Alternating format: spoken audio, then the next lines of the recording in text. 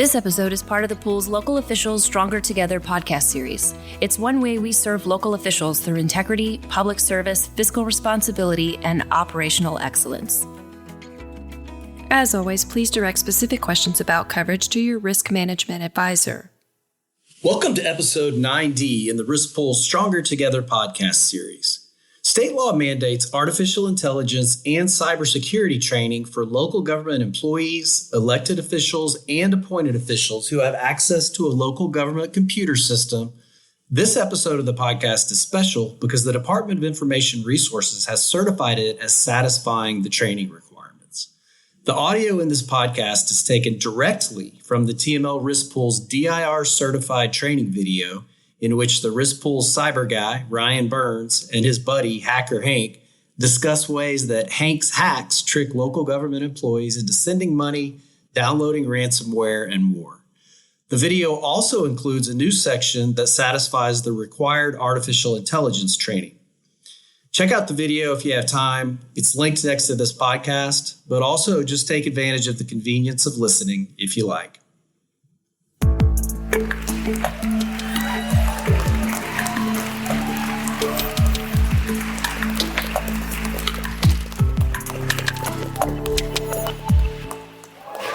Right now, at this very moment, there are thousands of people trying to steal your money, your identity, and wreak havoc on your life. They want to get rich at your expense, and their schemes never sleep. Do I have your attention? I hope so. My name is Ryan Burns, the cyber guy, and over the next few minutes, I'm going to be talking about cyber crimes, cybersecurity, and what you can do to prevent yourself and your organization from becoming a cyber victim. Wait, First up, Ryan, what are you doing without me? Oh no, Hacker Hank, everyone's favorite cyber criminal. Ryan, you know a few things about cyber crimes, but I've been thriving in those digital streets since the internet was just a little baby that Al Gore put to sleep with a little bottle at night. You need some real insider information. Well, okay, Hank, thank you, sort of, for coming back. Back to where I was. What is cybersecurity and why does it matter? Let's answer the second question first. In 2021, cyber crimes cost Texans over $600 million. Just 1 year later, in 2022, Texas moved to number 2 in the nation for complaints, losing over $1 billion due to cyber-related crimes. That's billion with a B.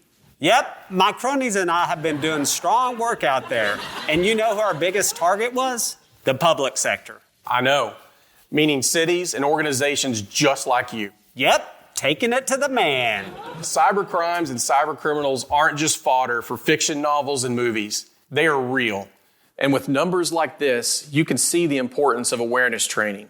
By going through trainings just like this one, it helps to reduce human errors that can lead to data loss or compromise. It helps employees to more readily identify threats and respond appropriately.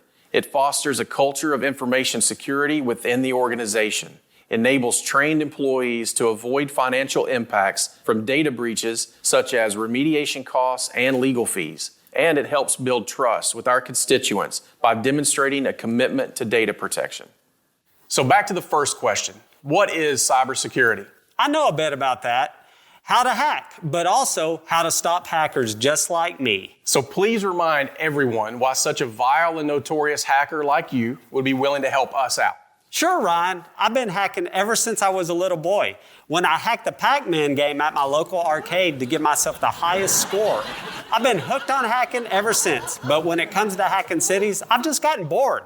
I've been using the same old tricks for years, and I need a new challenge. I want cities to level it up. Plus, I have a lot of enemies in the biz, and they're all getting rich way too easily. So I'm sharing all my tried and true method in hopes cities will wise up and shut off the funnel that's funding my foes. That's very generous. Don't get used to it, Ryan. I want to fund my trips to the Bahamas, but stop all those 2-bit hackers from their beach vacations. Okay, so let's talk about cybersecurity, which is the practice of protecting networks, devices, and data from unauthorized access. First, we're going to talk about the types of data in your organization so we know what we're protecting. And stealing. Not if we're doing things right. Second, we'll discuss the 4 pillars of cybersecurity. The towers I love to topple. Third, we'll discuss common cyber threats, My personal playground. but also best practices to avoid them. Made me work for it, Ryan. And finally, how to respond and report a crime if it does occur.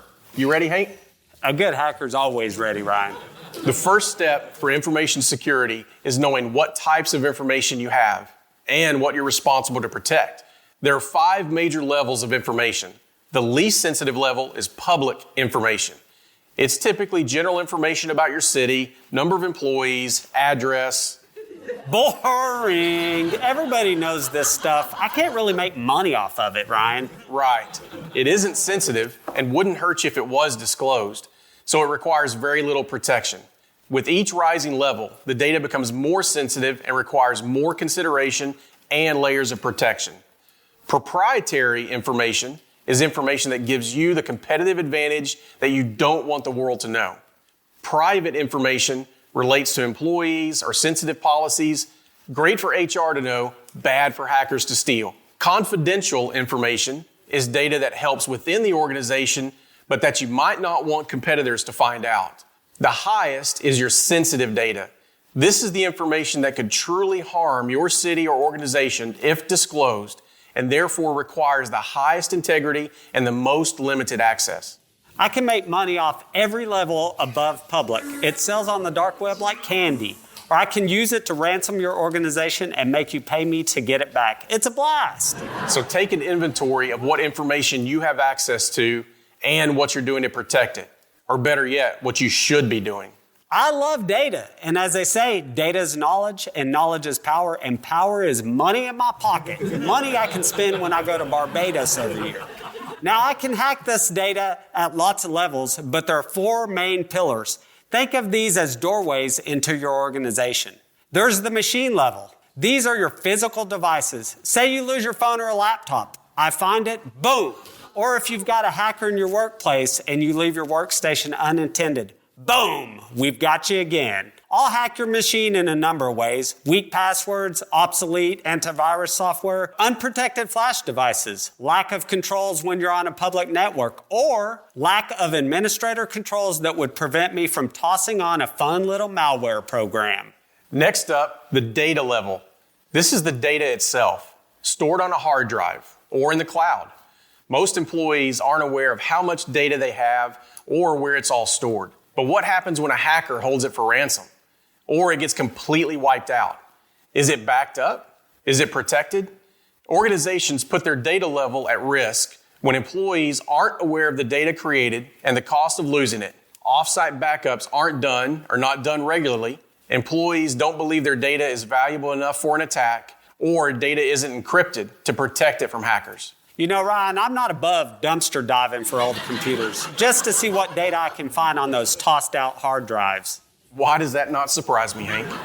Next up is the network level. If I can hack your network, I can get to every connected computer and its data. No computer is an island these days, Ryan. We're all connected. This stuff is much easier to hack when there isn't a firewall or antivirus software. You aren't doing scans that search for my malware, meaning my evil software will have longer to do its thing. There are no off-site backups. That way, I will know you'll pay me lots of cash to get your data back. Or there are no administrator controls on networks. And finally, my best friend, the internet level, connecting all the world's knowledge and computers and data.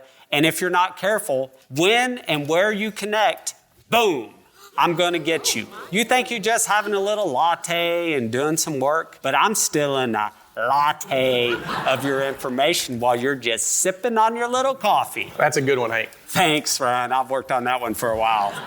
Your internet level is at risk when your organization has no controls over when and where team members connect to the internet. Public Wi-Fi is used continuously with no regard for risks. Administrators do not limit access or control. Work devices are used away from the workplace repeatedly, or employees are simply unaware of the risks. Now, Hank, tell us how you and your friends actually hack in and commit these crimes. Happily, Ryan. But don't call the other hackers my friends. I'm a lone wolf on the prowl for data. I want your information, or sometimes I just want to mess everything up and watch your world burn. That's messed up, Hank. Hackers gonna hack, brother. But hackers like me can hurt in a number of ways. We can steal your information, modify it, or I can just gain access and do whatever I want. My criminal mind loves all of these. After I have it, I can sell it for a profit. I can ransom your organization. Or I can do really mean things like make all of your direct deposit paychecks go into my bank account. Basic stuff, Ryan.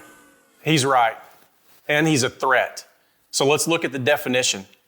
A threat is the potential targeting of a network or system in an attempt to damage, harm, or disrupt its capability to operate.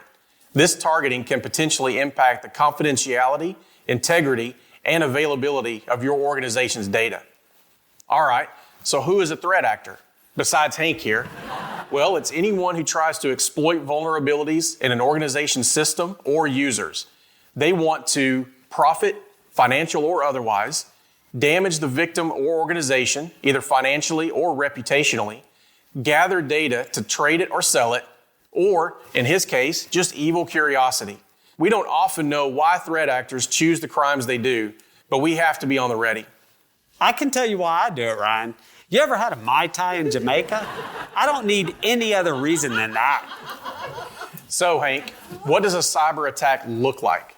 As a cyber criminal, our attacks look differently. I'm not going to run up and shout, "Give me all your money." You might just say no, and actual human interaction makes me very nervous.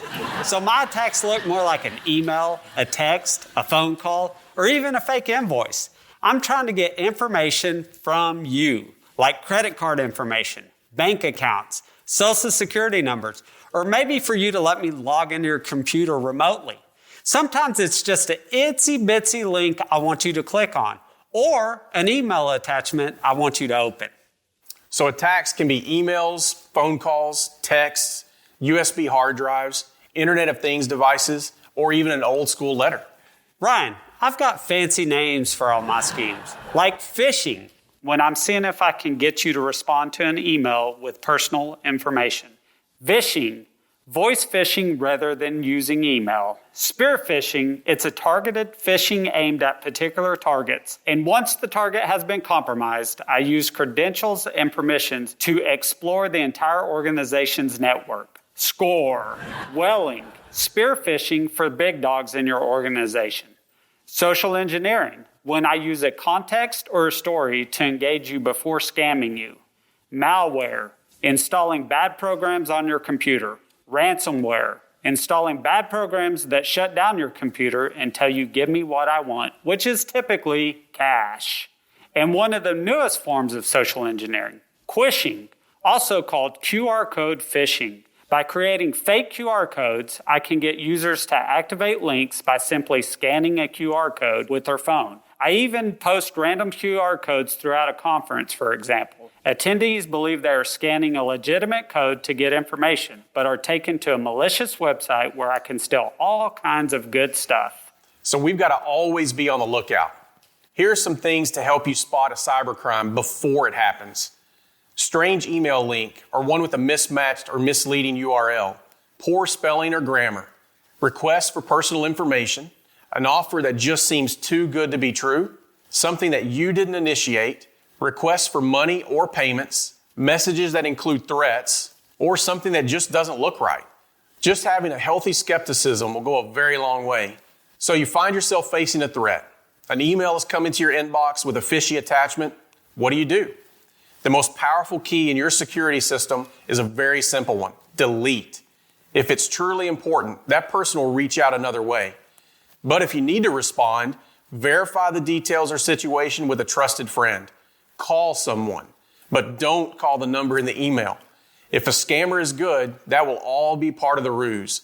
It's best to call someone at your IT department. You'd be amazed at what information I can get simply by asking.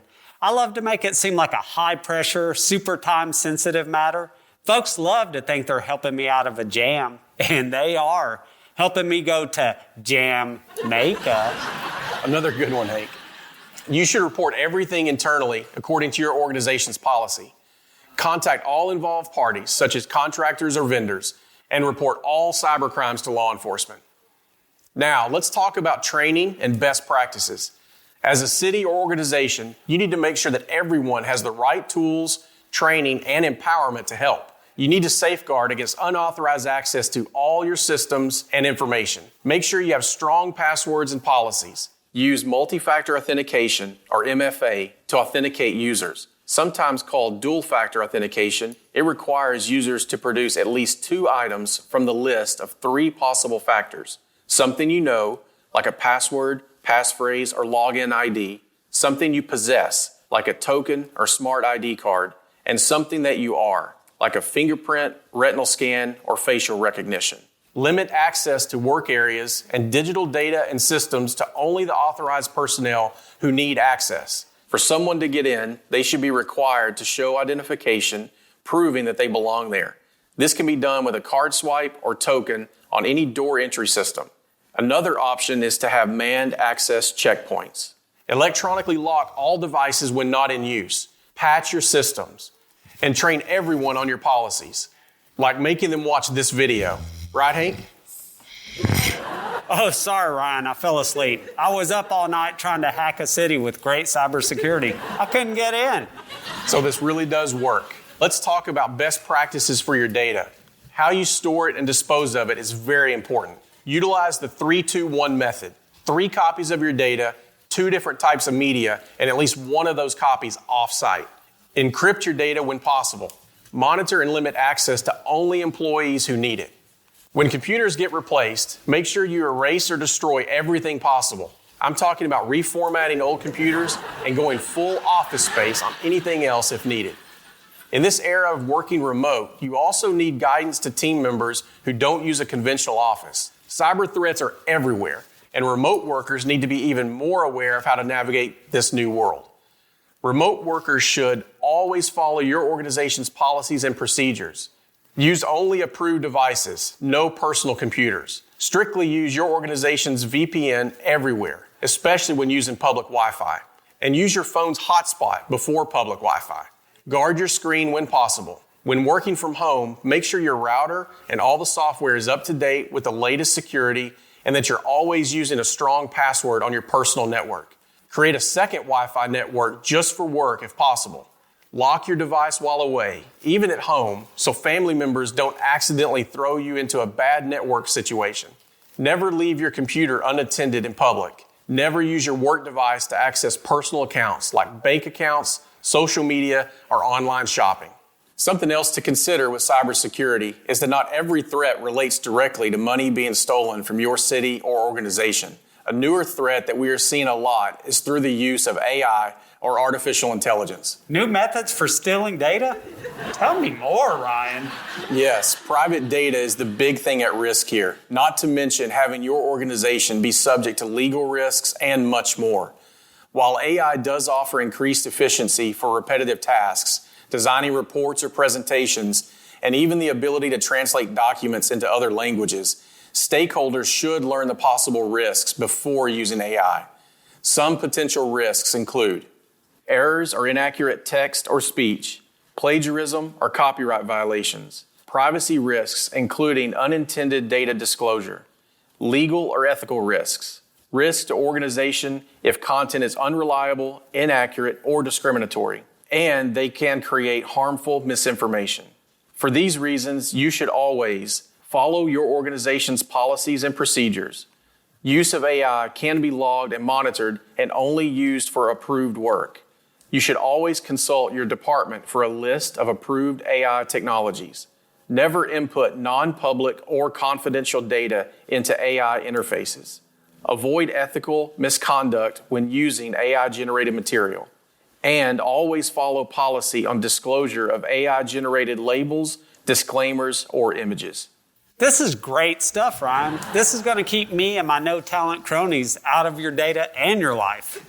All right, now with this training, it's time to take your cybersecurity assessment. Any final words, Hank? Look, we may seem smart because we live in a dark cyber world, and it sounds computery and complicated, but our most successful crimes aren't smart. They simply feed off people making dumb decisions. Don't let it be you. Wise words, Hank. Now, good luck on your test.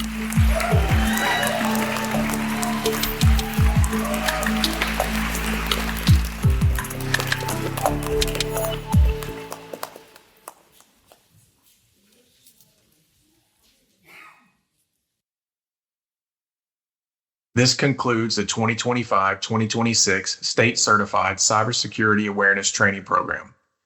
We will now begin the 2025-2026 State Certified Artificial Intelligence Training Program.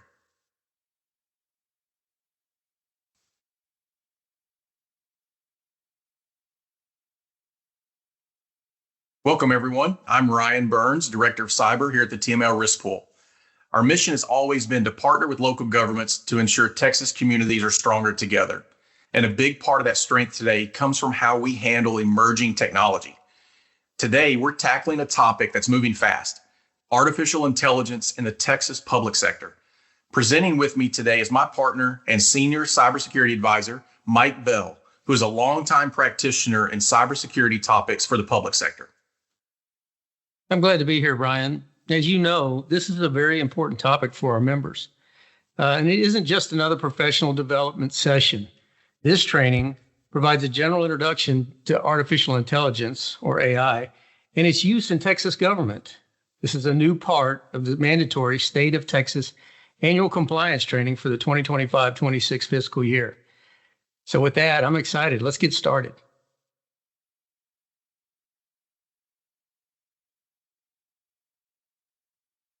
To begin, it is important to understand the regulatory framework behind this session.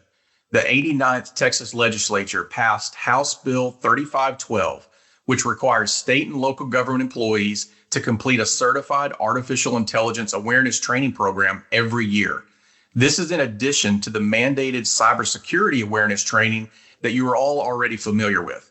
This specific course is designed to meet these new requirements and is fully aligned with the standards set by the Texas Department of Information Resources. It has been approved by the DIR staff to meet their course requirements.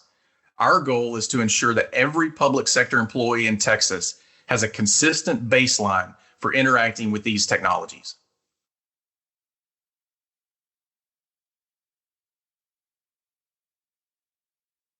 The purpose of this session is threefold. First, we want to establish a common understanding of what artificial intelligence actually is and what it isn't, so we are all speaking the same language. Second, we'll explain how these tools are specifically used in public sector environments like ours. And finally, we want to clarify the professional expectations for every employee when interacting with these systems. This baseline ensures that we remain compliant with state standards while leveraging technology to better serve our communities. To introduce some of the AI technical fundamentals, I'll turn it over to Mike. Thank you, Brian. You know, when we talk about artificial intelligence or AI, we are specifically referring to systems designed to perform tasks that would normally require human intelligence. But it's a common misconception that these systems think or reason like we do. In reality, most AI generates outputs by identifying patterns in massive amounts of data. And so it's important to remember that because AI relies on pattern recognition rather than true understanding, it does not comprehend intent, context, or ethical nuances. It calculates the most probable response based on its training data, which means it is a support tool meant to assist our expertise, not a replacement for human decision-making.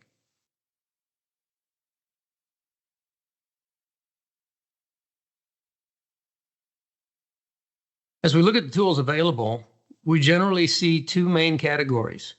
The first is generative AI, tools such as ChatGPT, Copilot, Grok, Gemini, etc. These tools respond to user prompts to produce content like text, summaries, or images. Generative AI can also be used to produce software code. These tools are reactive to user prompts and do not take actions on their own. The second category is agentic AI. These are the systems that are more proactive. They can take actions or make decisions with limited human input. They might trigger workflows or interact with other systems to execute specific tasks. Because agentic AI operates with this level of autonomy, these use cases are inherently riskier than standard generative tools and usually require much more rigorous oversight and controls. As AI tools evolve, we see that some are becoming a combination of both generative and agentic AI functions. For example, some of the newer chatbots, they can discuss a topic using generative technologies, and once a decision or action has been reached, it can then enact an agent to perform that action, such as issue a refund or update a database. Regardless of the type of AI, you should always remember that some uses are riskier than others, and our safeguards must match that level of risk. But we are already seeing these tools being used in public sector. Isn't that right, Ryan? That's right, Mike. And as we move into practical application, it is vital to understand how these tools actually function in our own environments. AI identifies patterns in large amounts of data and generates outputs based on probability, not necessarily comprehension. As we mentioned earlier, it's important to remember that AI does not understand the meaning behind the data it processes. To make that real, think of AI as an advanced pattern matching engine. Furthermore, AI cannot apply human judgment or determine the correctness of its own work. It might sound authoritative, but it lacks the situational nuance that we, as public servants, bring to our roles. That also means AI cannot tell you when it's wrong. If it produces an incorrect date or draws the wrong conclusion, it won't flag that error on its own. In government work, where accuracy, accountability, and public trust matter, that limitation is critical. AI can assist your thinking, but responsibility for the final decision always remains with the employee. Because of this, AI is strictly a support tool designed to assist our expertise, not a replacement for it. Understanding these limits helps explain why AI is used only in specific ways in government.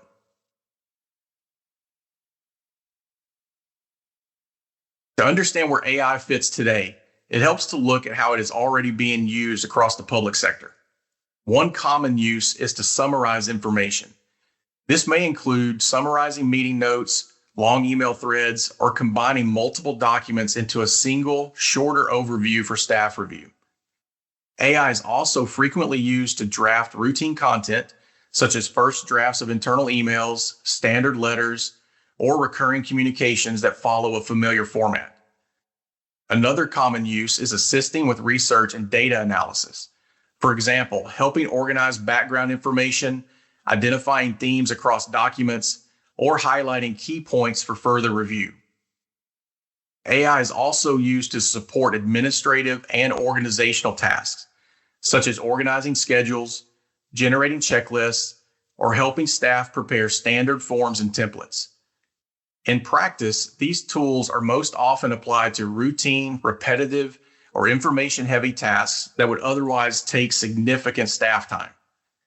These examples reflect how AI is being used today to support day-to-day government operations. With that context in mind, I'll turn it over to Mike to talk about authorized and appropriate use of AI tools. So moving into the practical considerations, it's important to note that only employer-authorized AI tools are considered appropriate for government work. This means employees may only use AI systems that have been reviewed, approved, and configured by the organization. Personal accounts or consumer AI tools must not be used for government business, regardless of convenience or perceived usefulness. A critical security concern is data exposure.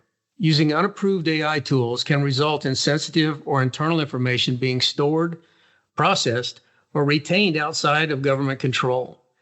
In addition, any AI-generated output must be reviewed by a human before it is used. AI may assist with drafting or analysis, but it may never replace professional judgment or accountability. If a tool hasn't been explicitly vetted and approved by the organization, it should not be used with government information. Authorization is not optional, it's a required safeguard. Now that we've established that only vetted and approved AI tools may be used with the government information, it's important to understand why those restrictions are necessary. AI has inherent limitations, and its use may involve risk.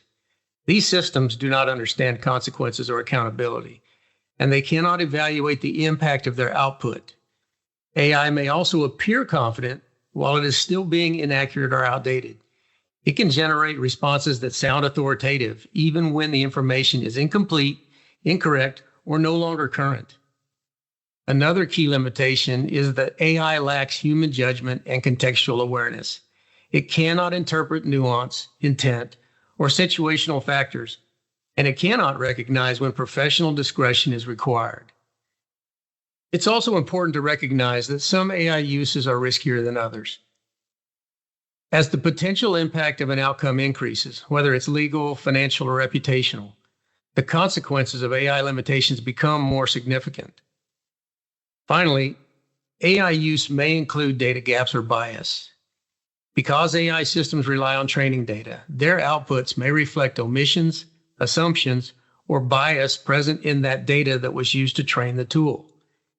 These risks and limitations are the reason AI must be used carefully and deliberately in government environments. Given the risks and limitations we just discussed, the next step is understanding how those risks are mitigated in practice.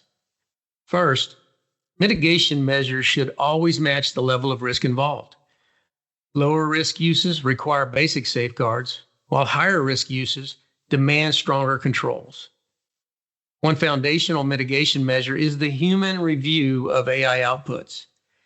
AI may assist with drafting or analysis, but a person must always review the output before it is used. For higher risk uses, oversight and approval are required. As the potential impact of an AI-assisted task increases, so does the need for management review and formal authorization. Another key mitigation measure is to verify facts independently. AI output should never be treated as the primary source of the truth. Important details must be confirmed for accuracy. Also, if AI use begins to produce negative impacts, the protocol should be to immediately halt its use. An example might be when an AI tool omits an important exception to a list of requirements, or it references outdated rules or policies. In addition to mitigation measures, it's critical to understand that some uses of AI are prohibited by law. This includes practices such as the social scoring of individuals, where AI is used to rank or evaluate people in ways that affect rights, services, or opportunities. An example of this might include using AI to aggregate prior code violations or complaints into a single score that is used to then set inspection priorities or audits. It also includes identifying individuals using biometric data without consent, which is restricted under Texas and federal law. An example of this might be, in most governmental contexts, using AI facial recognition to identify employees or visitors who violated COVID health rules would be an improper use of biometric data. All AI use must comply with state and federal regulations as well as any internal policies. To wrap up with our core principles and final takeaways, I'll hand the floor back to Ryan. Thank you, Mike. As we move toward the conclusion, let's look at the pillars of responsible use. First, responsible use requires meaningful human oversight. AI may assist with tasks, but it should never operate independently or replace human responsibility for decisions or outcomes. Transparency is also essential. Employees should never conceal or misrepresent the use of AI when it has assisted in producing work or supporting a process. We also have a responsibility to ensure accuracy and fairness. AI outputs should be monitored over time for errors, unintended bias, or inconsistent results. Along with accuracy, protecting privacy and security is critical. One of the most important rules is this: never enter personal, confidential, or sensitive information into an AI tool unless it has been explicitly approved for that purpose. Always follow your organization's AI policies And remember that accountability ultimately rests with the organization and its employees, not the software provider. With those principles in mind, let's wrap up with our final takeaways.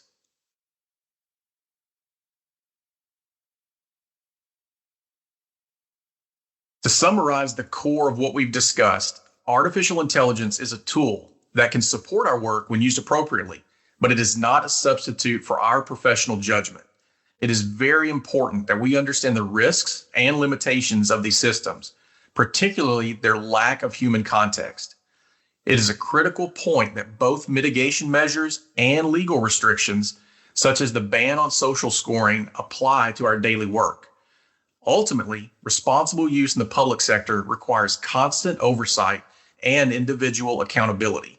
If you ever have a question about a tool, pause and seek guidance before proceeding.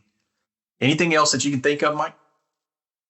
No, I think this has been a great start in helping people understand some of the risks, benefits, and challenges to using AI in the public sector. Yeah, I agree.